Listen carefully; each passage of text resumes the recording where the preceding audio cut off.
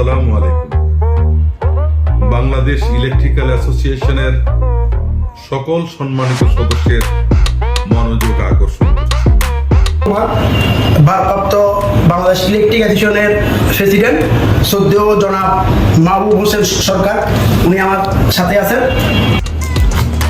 Bangladesh electrical অ্যাসোসিয়েশনের বর্তমানে ভারপ্রাপ্ত প্রেসিডেন্ট হিসাবে দায়িত্ব পালন করছি। ব্যবসায়ী সংগঠনগুলির মধ্যে সবচাইতে প্রাচীন এবং বৃহৎ সংগঠন বাংলাদেশ ইলেকট্রিক্যাল অ্যাসোসিয়েশন।